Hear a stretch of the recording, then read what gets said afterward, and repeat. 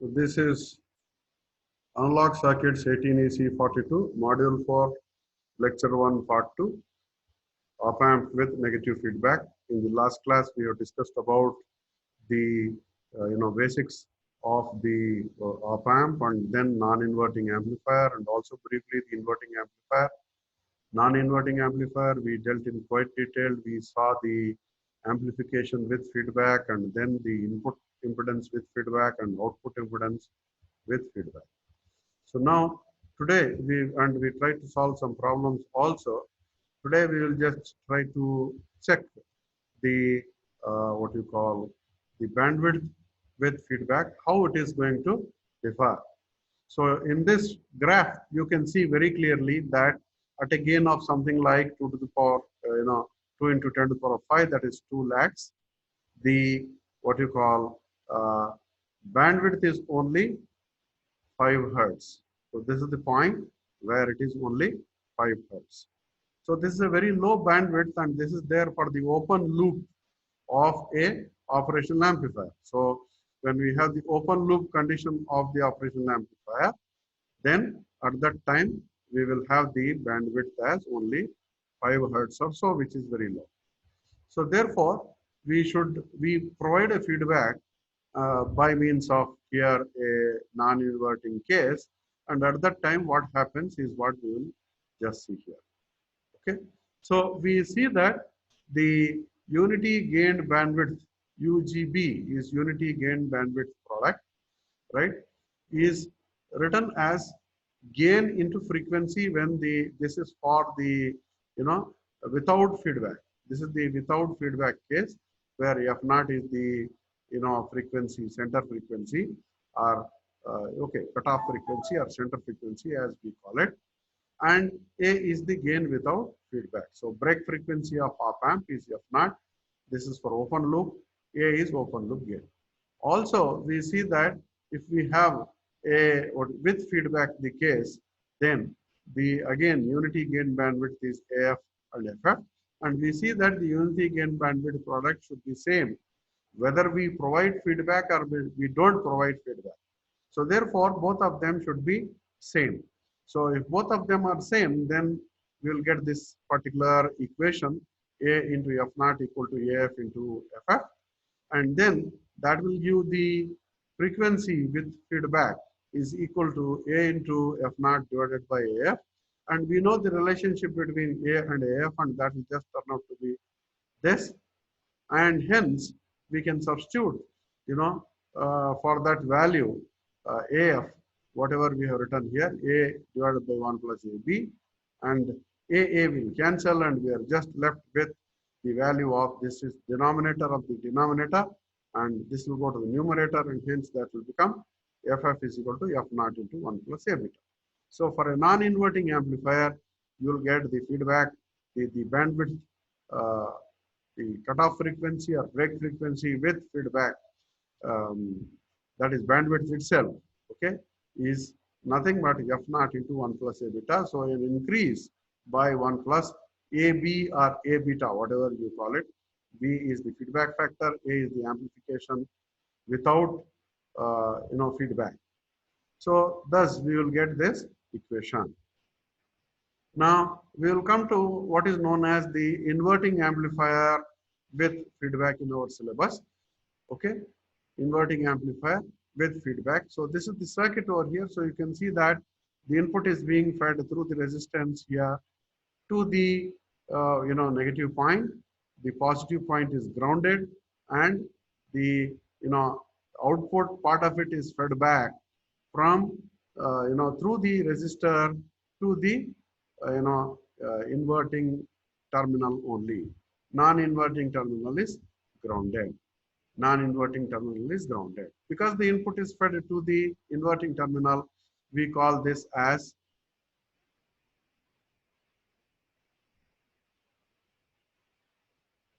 because the what you call inverting terminal we have put here, to the inverting terminal we are giving the input. We call this as a inverting amplifier with feedback, and it's also known as voltage shunt feedback amplifier. In the book, he's calling it as voltage shunt feedback amplifier, but in the syllabus, he's calling it as the inverting amplifier with feedback.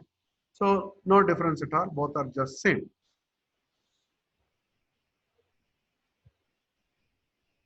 Okay. So having written that, then how do we find the closed loop voltage gain? Is the point over here.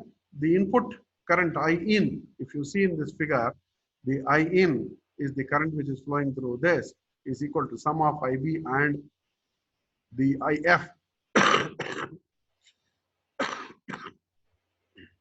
And the IB is negligible because of the reason that the input impedance of the op amp is, you know, uh, very large, hence the input bias current IB will be very small. So therefore, some literal values are given over here for an RI of 2 megohms. IB will be equal to 0.5 microamperes for a 741 IC. 741 is a standard op amp IC. So the I in is approximately equal to IR. And what is the value of I in? If you go back to the figure, the I in is this voltage minus the potential at this point divided by the resistance which is there R1. Similarly, the value of IF will be the potential here minus the output voltage divided by RF, and that is what we have written here. V in minus V2 by R1 is equal to V2 minus V0 by RF. So then you can just substitute for this, what you call V1 minus V2 is equal to V0 by A. We know this very well. A into V1 minus V2 is V0. That is V0 is equal to, really speaking, we have written V0 is equal to A VID. A VID, or A is equal to V0 by VID. So VID is nothing but V1 minus V2. So V1 minus V2 will be equal to V0 by A. And because V2 is negligible, we generally consider that the V2 value is negligible.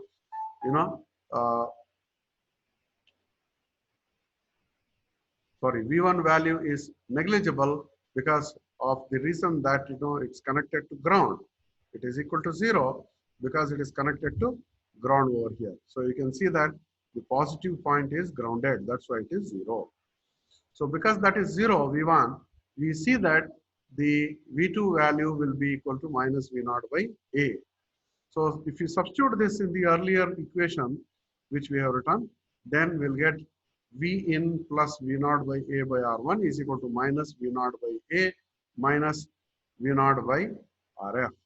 So all the V0 terms we can take on one side, and V in you keep it on the other side.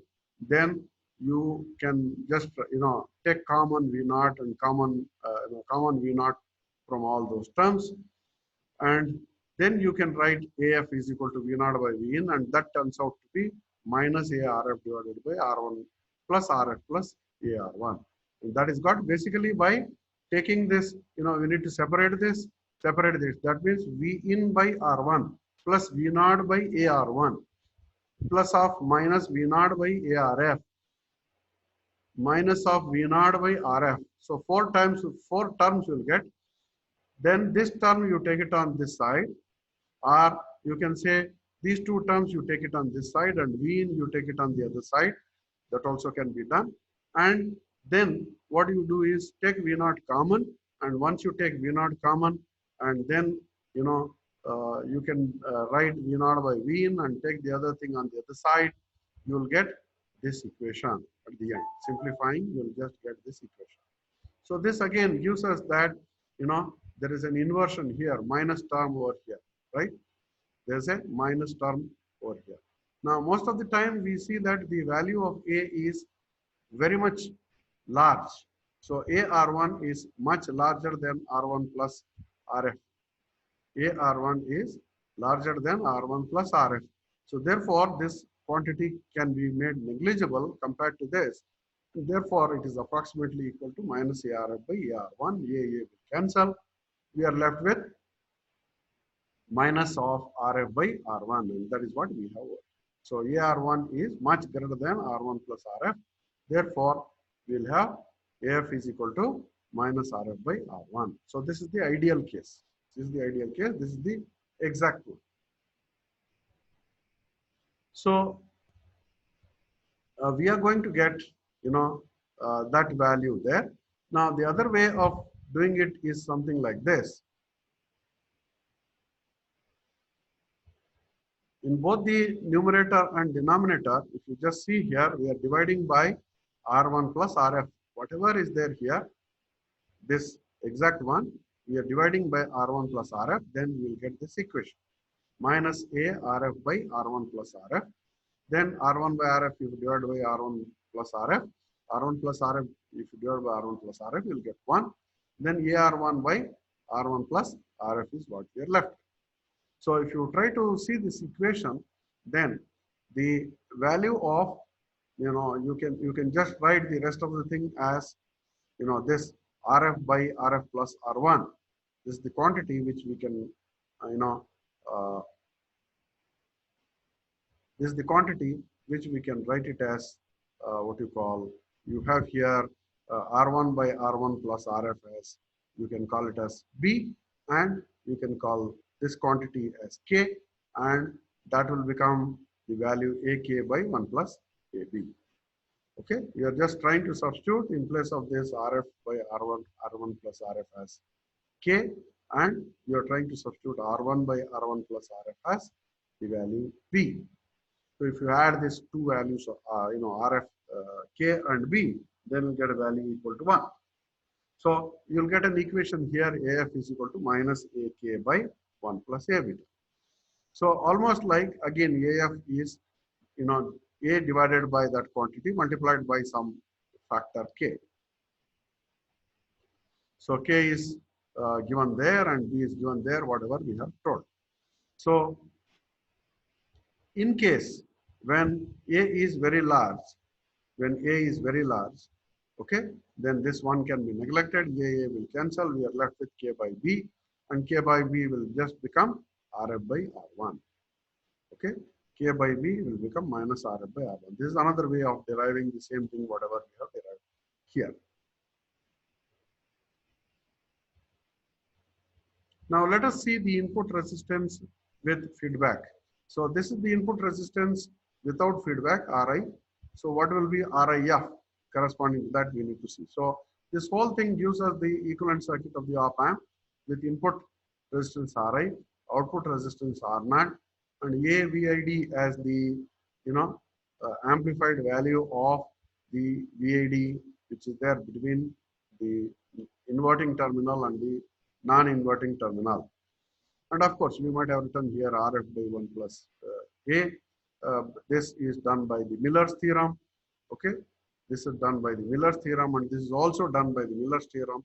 On the output side, RF, which is the feedback, resistance, is transferred onto the output side and the input side as RF A by 1 plus RA and RF by 1 plus A. Then RL and the source are written as it is. R1 is there here. So having written that, you can just write here RIF is the input impedance, and that will be naturally with feedback, and that will be, you have Ri here between this point and the ground. Again, between this point and the ground, you have RF by 1 plus A. So these two are coming in parallel, and that will be in series with R1, and that gives us the value of RIF with feedback. And RIF will be Ri plus RF by 1 plus A in parallel with Ri. Now this quantity, which is, you know, RF by 1 plus A in parallel with R1, is very, very small, negligible, and that's equal to 0. So therefore, you can just write RIF is equal to R1. This should be equal to, not plus. Okay, RIF is equal to R1. Okay. Then we come to the output resistance with feedback. Okay, output resistance with feedback can again be considered in the same way as we have done earlier, right? So for that, what we try to do is, you know, whenever we want to, you know, solve the output, what you call, find the value of output resistance with feedback, we put the source voltage over here. We put the source voltage here, ground the input, and connect the source voltage. Okay, so the overall circuit which we will get here is, you know, the input is, oh, this is for the inverting amplifier. Okay, input is what you call plus is grounded, minus is also grounded. You can see here, right? Minus is also grounded. We are left with R1 and we are connecting the output. So now this voltage divided by I naught will give us the value of the RIF. And this I naught is nothing but two different voltages. I naught is equal to IA plus IB. IA plus IB. So what is this value of IB? Okay. What is this value of IB? Can always be found out, right? So when this is IB, then V naught minus this one VF or same thing as V2. V naught minus V2 divided by RF will give us the value of IB, right? V naught minus VF by RF will give us the value of the IB which is flowing here, right? So you can write that equation and try to, you know, what you call V2 will get, and then you'll get, you know, correspondingly the other equations, which is this value of V naught will be equal to A into VID, and all that if you try to write, then you are going to get ROF is equal to R naught by 1 plus AB, where R naught will be the value which is given here, R naught will be the value which is given here, and ROF is nothing but the value which is V naught by I naught. So you need to do this simplification. You try to do on your own. If you don't get it, please ask me or you can ask one of your friends. Fine. Then we come to the bandwidth with feedback. Okay. Bandwidth with feedback, again, same set of equations. That is UGB with feedback, without feedback, same equations you are getting. Then you need to equate them. Once you equate them, you will get FF is equal to F naught into 1 plus A beta. So this doesn't change whether we are using the what you call inverting amplifier or non-inverting amplifier. The unity gain bandwidth product should always be same. Hence, we'll get this.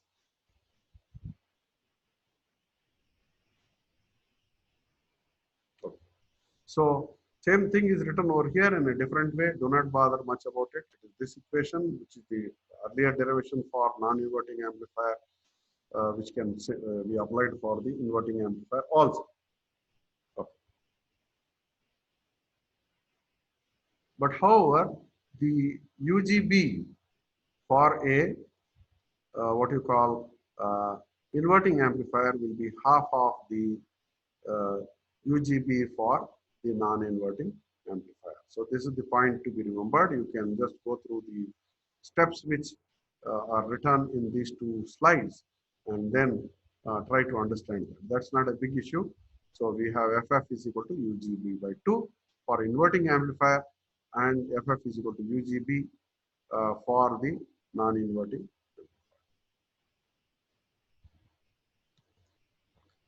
So the inverter is not part of our problem. Now let us take a numerical here for the inverting amplifier. R1 is equal to 470 ohms. RF is equal to 4.7 ohms. Assume that the op amp is 741. Calculate the values of AF, RIF, ROF, FF, and VO. We'll just check what this is. TOT. Okay. So using the given values, K is equal to RF by R1 plus RF. So 4700 by 470 plus 4700, that is equal to 1 by 1.1. Beta is R1 by R1 plus RF, that is 470 by 470 plus 4700, that is 1 by 11. So 1 plus A beta will be this quantity, and AF will be equal to AK divided by 1 plus A beta. 1 plus A beta is written here. K is 1 by 1.1. Then this is the gain without feedback, which is 2 lakhs. Okay, that is to be assumed. That's the standard value for 741 IC. right? 2 lakhs, and that will give us the value which is minus 10. Similarly, the RIF is the value 470 plus 4,700 divided by the 2 lakhs in parallel with 2 into 10 to the power of 6. That is the input impedance of the open loop op amp. And totally that will give approximately 470 ohms only, because this is just negligibly, you know, small.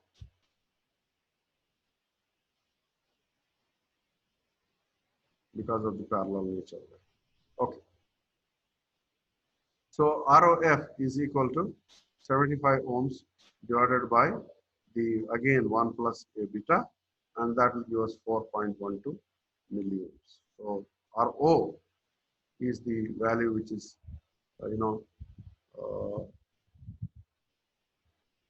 standard value for the 741 op amp. It's not given here. Okay. So otherwise it should have been specified, but we are supposed to use the data sheets, and that will just give us that value. Okay, this 75 should be given to us, and we will find this value. Then FF is, then we are using the 5 hertz bandwidth of the open loop amplifier multiplied by the 1 plus A beta divided by the value of K, which is 1 by 1.1, and that gives us 100 kilohertz. So from 5 hertz, it has gone to 100 kilohertz. Then VOOT is equal to 13 volts divided by 18.18, and that will give you 0.715 millivolts. So this just gives you the offset voltage. VOOT is offset voltage, which is out of the scope of our syllabus. We need not bother. Then the second example is for the inverting amplifier. For the example, determine the value of the output voltage if the input is 1 volt peak to peak sine wave at 1 kilohertz. Also sketch the output waveform. Assume that VOOT is 0. So that is the offset output offset voltage is 0. Using the value of the gain calculated in 3.3 in the earlier problem, the output voltage turns out to be V0 is equal to 10 into 1. So 10 is the amplification, 1 is the peak to peak voltage. So output will be minus 10 volts peak to peak. So the waveforms will be something like this. So we will have the peak to peak value to be equal to 1 volt, 0.5 and minus 0.5, the negative peak and positive peak, and that will become peak to peak 10 volts, that will be minus 5 to plus 5, but there will be inversion. This is when positive is there, we'll have negative here. When negative is there, we'll have positive here, because the output is inversion of the input.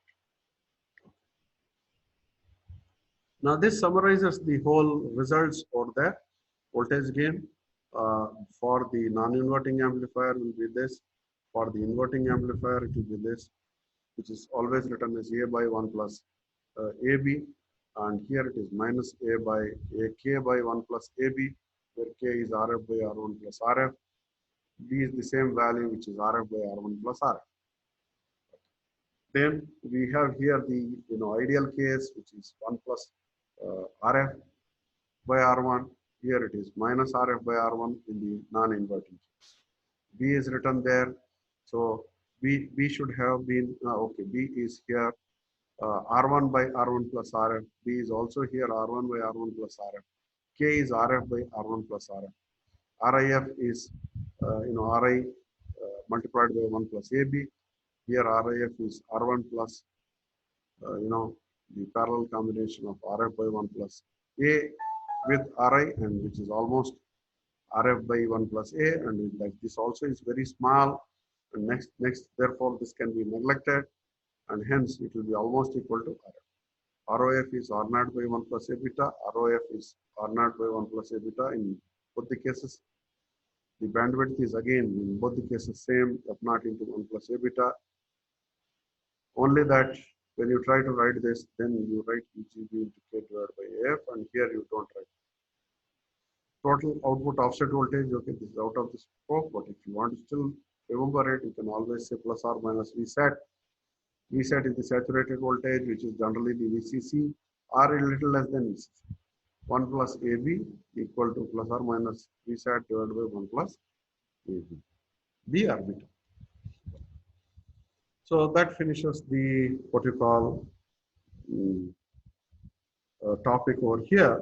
We'll take the DC amplifiers in the next session.